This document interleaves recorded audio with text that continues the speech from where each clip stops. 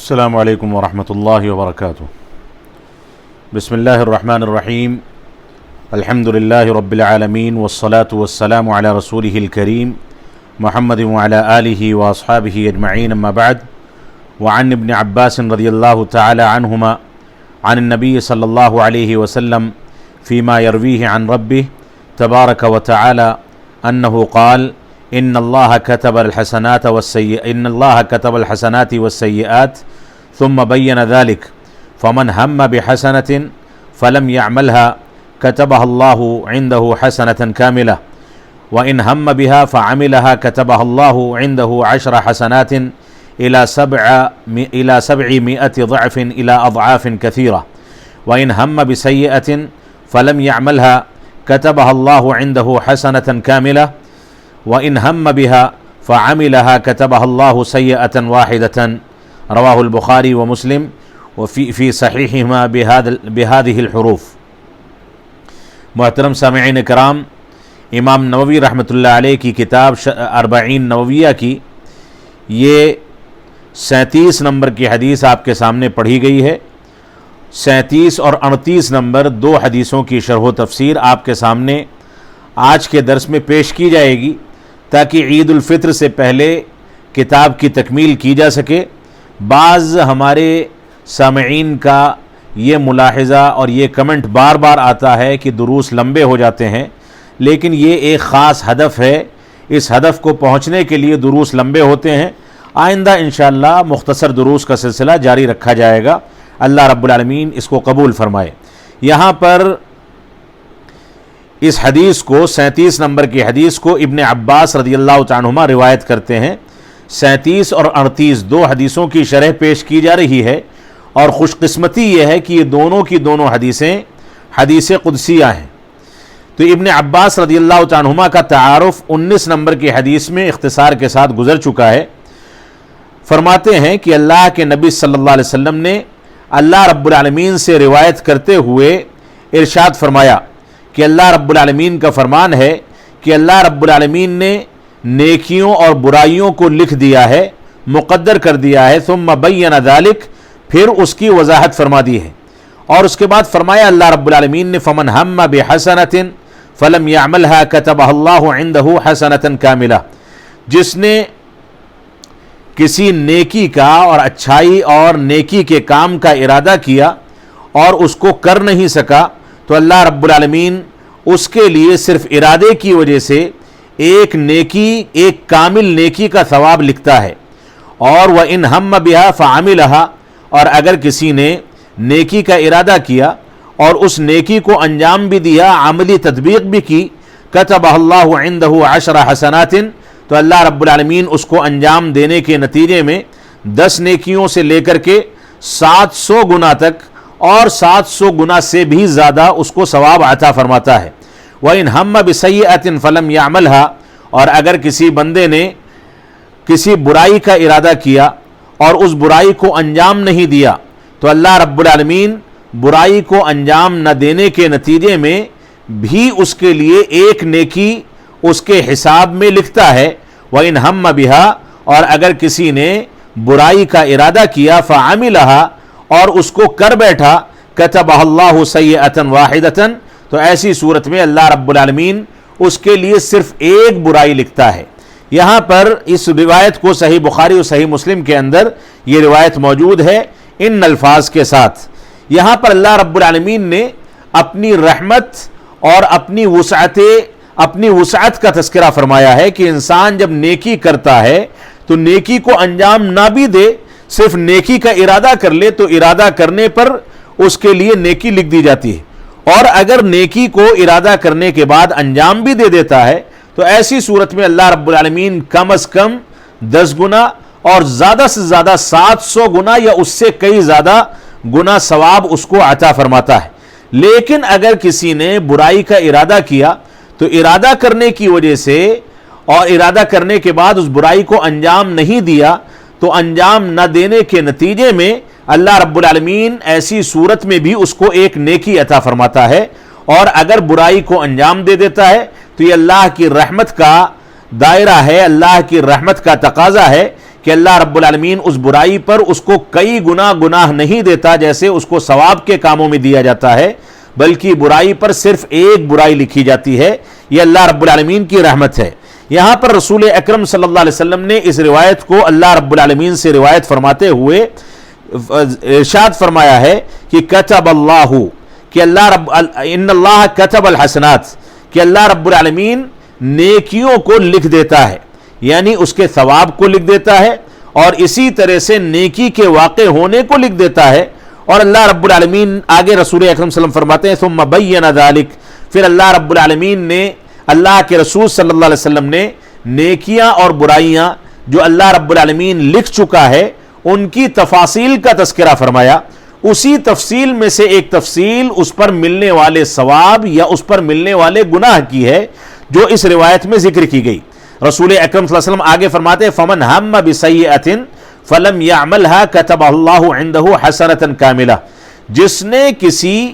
نیکی کا ارادہ کیا اور نیکی کو انجام نہیں دے سکا تو ایسی صورت میں اللہ رب العالمین نیکی کو انجام نہ دینے کے باوجود صرف اس کا ارادہ کر لینے کی وجہ سے اس کو ایک نیکی کا ثواب عطا فرماتا ہے۔ یہاں پر ہم سے مراد یعنی ارادے سے مراد فمن ہم بحسنۃ میں ہم اور ارادے سے مراد کیا ہے؟ اس سے مراد صرف دل کے اندر ارادہ پیدا ہونا نہیں ہے، بلکہ دل کے اندر ارادہ پیدا ہونے سے آگے بڑھ کر کے انسان کا عزم کرنا ہے۔ یعنی دل میں بہت ساری باتیں آتی ہیں اور نکل جاتی ہیں، لیکن دل میں صرف آنے والی بات نہیں ہے، بلکہ دل میں آئے کوئی نیکی اور اس کے بعد انسان اس کا عزم کرے، ارادہ کرے، پختہ ارادہ کرے، لیکن سستی اور کاہلی کی وجہ سے اس کو انجام نہ دے سکے، تو ایسی صورت میں اس کو صرف ارادہ کرنے اور عزم مصمم کرنے کی وجہ سے اگرچہ اچھائی کو انجام نہیں دے سکا، اس کو ایک نیکی اس کے حق میں لکھی جاتی ہے۔ اور اس کے بعد رسول اکرم صلی اللہ علیہ وسلم فرماتے ہیں فَإِنْ قِيلَ، شارح علامہ ابن عثیمین رحمۃ اللہ علیہ فرماتے ہیں کہ اگر یہ کہا جائے کہ اس نے جب عمل کیا ہی نہیں ہے، صرف ارادہ کیا ہے، تو اس عمل پر اس کو ثواب کیسے مل سکتا ہے؟ تو اس کا جواب یہ ہے کہ اس نے جو عزم کیا اور جو اس کی نیت تھی وہ نیت سچی تھی، اس سچی نیت کی بنیاد پر اگرچہ اس سچی نیت کے باوجود وہ عمل کو انجام نہیں دے سکا، سستی یا کاہلی یا کسی مجبوری کی وجہ سے، اس کی نیت اور اس کا عزم جو ہے مصمم تھا، نیت صاف تھی، تو اس وجہ سے اس کو ایک نیکی تو کم از کم ملتی ہے جو اللہ رب العالمین عطا فرماتا ہے۔ اور اس کے بعد اللہ کے رسول صلی اللہ علیہ وسلم فرماتے ہیں وَاعْلَمْ أَنَّ مَنْ هَمَّ بِالْحَسَنَةِ فَلَمْ يَعْمَلْهَا، یہ جو رسول اکرم صلی اللہ علیہ وسلم کا فرمان ہے، اس کے کئی اسباب اور کئی وجوہات ہو سکتے ہیں۔ یعنی مثال کے طور پر علامہ ابن عثیمین رحمۃ اللہ علیہ فرماتے ہیں مثال کے طور پر انسان سعی کرتا ہے، کوشش کرتا ہے نیکی کے اسباب کو اختیار کرنے کی، لیکن اسباب تک پہنچ نہیں پاتا، تو ایسی صورت میں اس کے لیے اجر لکھا جائے گا۔ نیکی کا سبب اس نے اختیار کیا، نیکی کے لیے کوشش کی، لیکن اسباب کے حصول تک پہنچ نہیں سکا، تو اس کے لیے کامل نیکی لکھی جائے گی۔ اور اسی طریقے سے دوسری اس کی وجہ یہ ہے کہ انسان جب کسی نیکی کا ارادہ کرتا ہے اور اس پر عزم کر لیتا ہے، لیکن اس کو کسی اچھی اور مزید افضل نیکی کی وجہ سے چھوڑ دیتا ہے، یعنی ایک ثواب کا کام کرنے کا اس نے ارادہ کیا اور اس کو انجام دینے سے پہلے اس سے بڑے ثواب کا کام اس کے سامنے آتا ہے، تو وہ بڑے اور افضل کام کو انجام دیتا ہے اور چھوٹی چیز کو چھوڑ دیتا ہے، تو اس وجہ سے بھی اس کو ثواب ملتا ہے۔ جب بڑا کام وہ کرے گا تو چھوٹے کام کے ارادے پر بدرجے اولا اس کو ثواب دیا جائے گا، اس وجہ سے اس کو ثواب دیا جاتا ہے۔ اس کی تیسری وجہ یہ ہے کہ انسان جو کام نیکی کا کرنے کا ارادہ کرتا ہے تو اس کو صرف تساہل کی وجہ سے اور سستی کی وجہ سے چھوڑتا ہے، جبکہ اس کا ارادہ اس نیکی کو انجام دینے کا ہوتا ہے، سستی اور کاہلی کی وجہ سے وہ چھوڑ دیتا ہے، تو ایسی سستی اور کاہلی انسان کے اندر آ سکتی ہے۔ مثال کے طور پر کوئی آدمی یہ ارادہ کرے کہ میں چاشت کی نماز پڑھوں گا، اور اس کے گھر پر کوئی آ گیا، اس کے ساتھ وہ باہر نکل گیا اور چاشت کی نماز نہیں پڑھ سکا، یا اس کو نیند آ گئی اور سستی اور کاہلی کا شکار ہو گیا، چاشت کی نماز ارادہ کرنے کے باوجود نہیں ادا کر سکا، تو ارادہ اس کا پختہ تھا لیکن اسباب نہیں مہیا ہو سکے تو اس کو ثواب ملے گا۔ اس کے بعد رسول اکرم صلی اللہ علیہ وسلم فرماتے ہیں فَإِنْ هَمَّ بِهَا فَعَمِلَهَا، لیکن اگر وہ نیکی کا ارادہ کرتا ہے اور اس کو کرتا بھی ہے، انجام بھی دیتا ہے، تو ایسی صورت میں اللہ رب العالمین اس کو 10 گنا نیکیاں اور ثواب عطا فرمائے گا۔ اللہ رب العالمین کا سورہ انعام میں ارشاد فرماتا ہے اللہ رب العالمین وَمَنْ جَاءَ بِالْحَسَنَةِ فَلَهُ 10 أَمْثَالِهَا وَمَنْ جَاءَ بِالسَّيِّئَةِ فَلَا يُجْزَى إِلَّا مِثْلَهَا وَهُمْ لَا يُظْلَمُونَ، جو آدمی نیکی کا ارادہ کر کے آتا ہے، نیکی کو انجام دیتا ہے، تو اس کو اس کا 10 گنا ثواب دیا جاتا ہے، اور جو انسان برائی کا ارادہ کرتا ہے تو اس کو صرف اسی برائی کے بقدر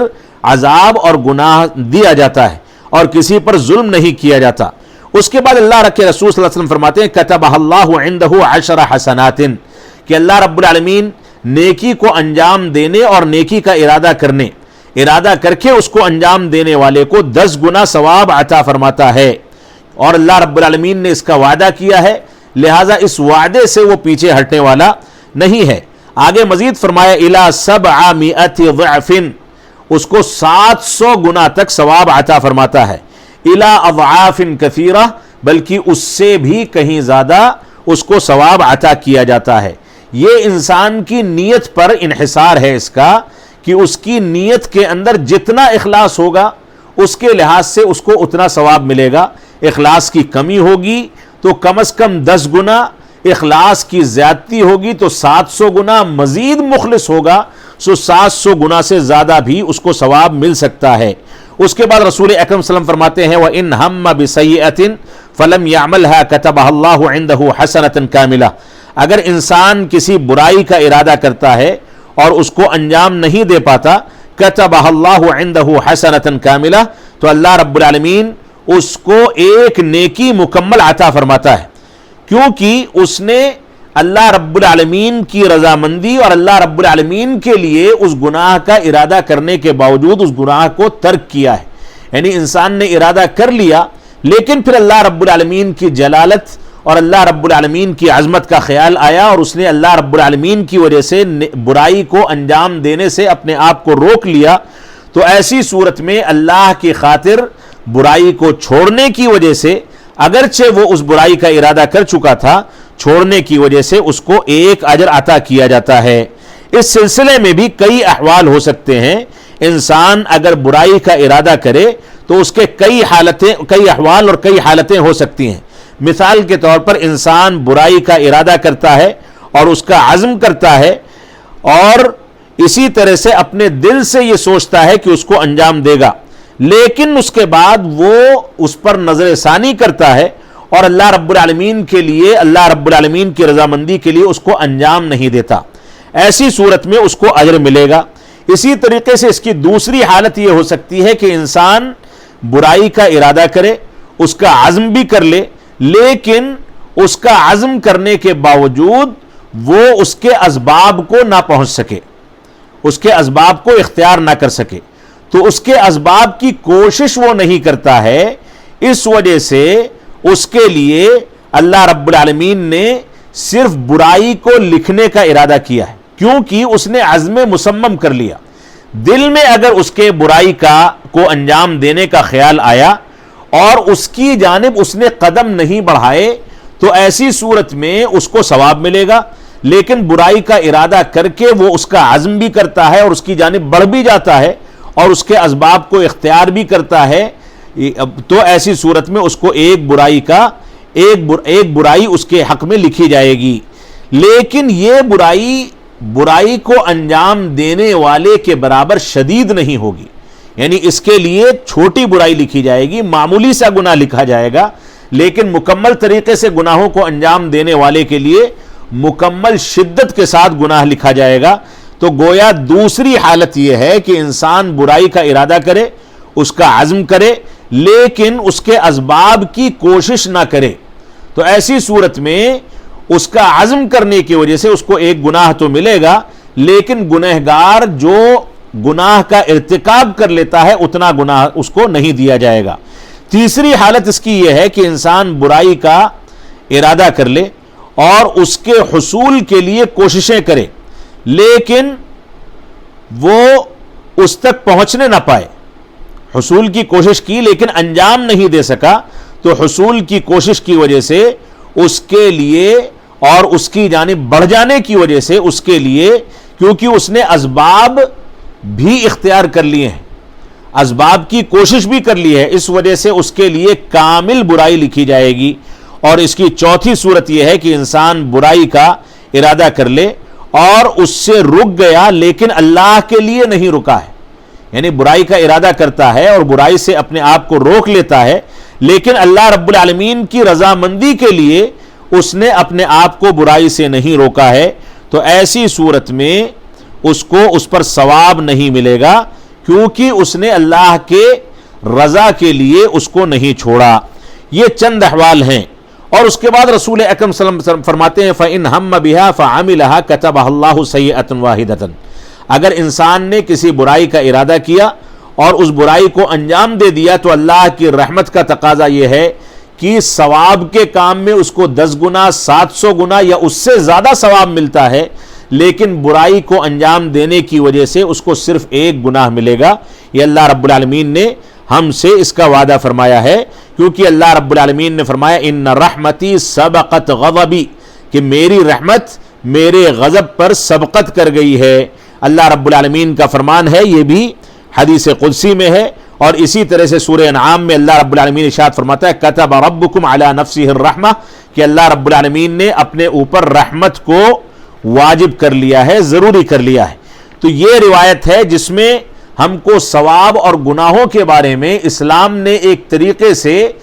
ایک ایسی آفر دی ہے جس کی وجہ سے ہم زیادہ سے زیادہ ثواب کما سکتے ہیں اور گناہوں سے بچ سکتے ہیں۔ اس سلسلے کو آگے بڑھاتے ہوئے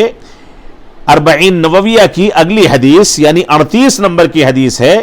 ابو ہریرہ رضی اللہ تعالیٰ عنہ فرماتے ہیں کہ قال رسول اللہ صلی اللہ علیہ وسلم ان اللہ تعالی قال من عادى لي وليا فقد آذنته بالحرب وما تقرب إلي عبدي بشيء أحب إلي مما افترضته عليه ولا يزال عبدي يتقرب إلي بالنوافل حتى أحبه فإن أحببته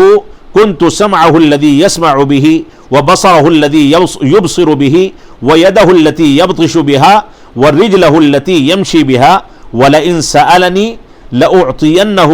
ولئن استعاذني لأعيذنه رواہ البخاری۔ یہ بھی حدیث قدسی ہے، ابو ہریرہ رضی اللہ عنہ روایت کرتے ہیں، جن کا مختصر تعارف 9 نمبر کی حدیث میں گزر چکا ہے۔ کہتے ہیں کہ اللہ کے رسول صلی اللہ علیہ وسلم نے فرمایا کہ اللہ رب العالمین کا فرمان ہے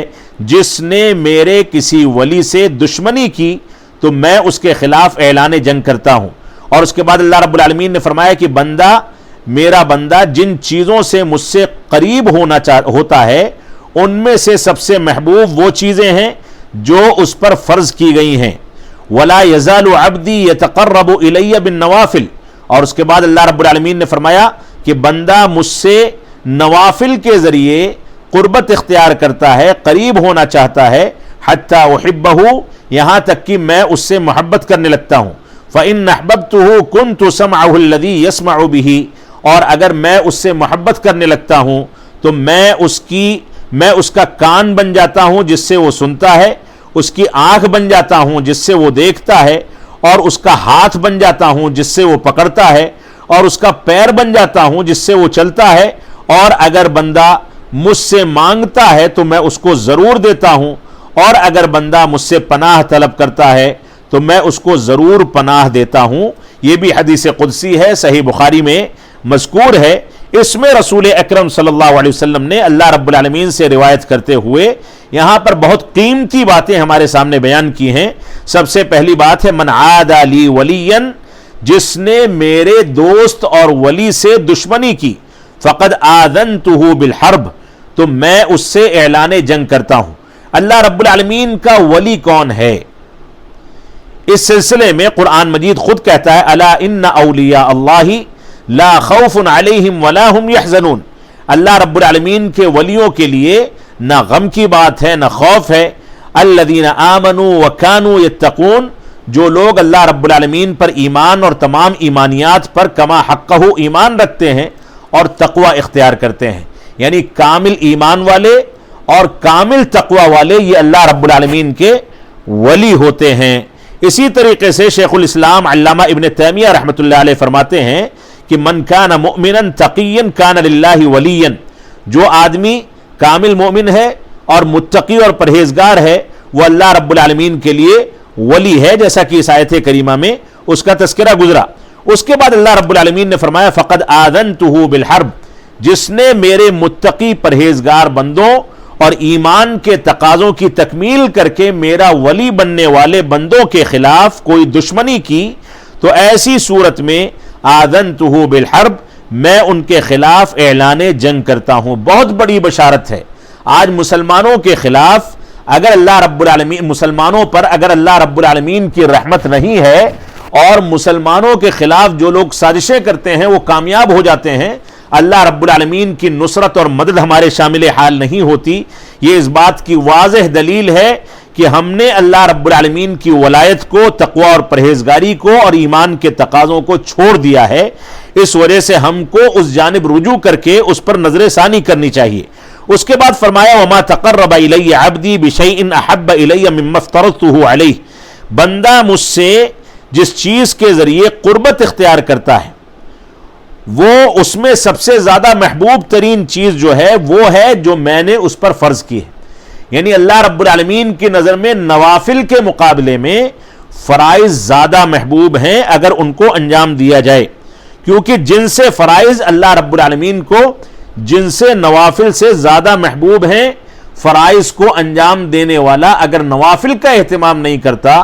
اور فرائض کو کما حقہ انجام دیتا ہے تو ایسی صورت میں اس کو جنت کی بشارتیں دی گئی ہیں۔ اس کے بعد فرمایا ولا یزال عبدی یتقرب الی بالنوافل حتی احبہ، بندہ مجھ سے نوافل کے ذریعے سے قربت اختیار کرتا ہے تو میں اس سے محبت کرنے لگتا ہوں۔ یہاں نوافل کی اہمیت بھی بتا دی گئی،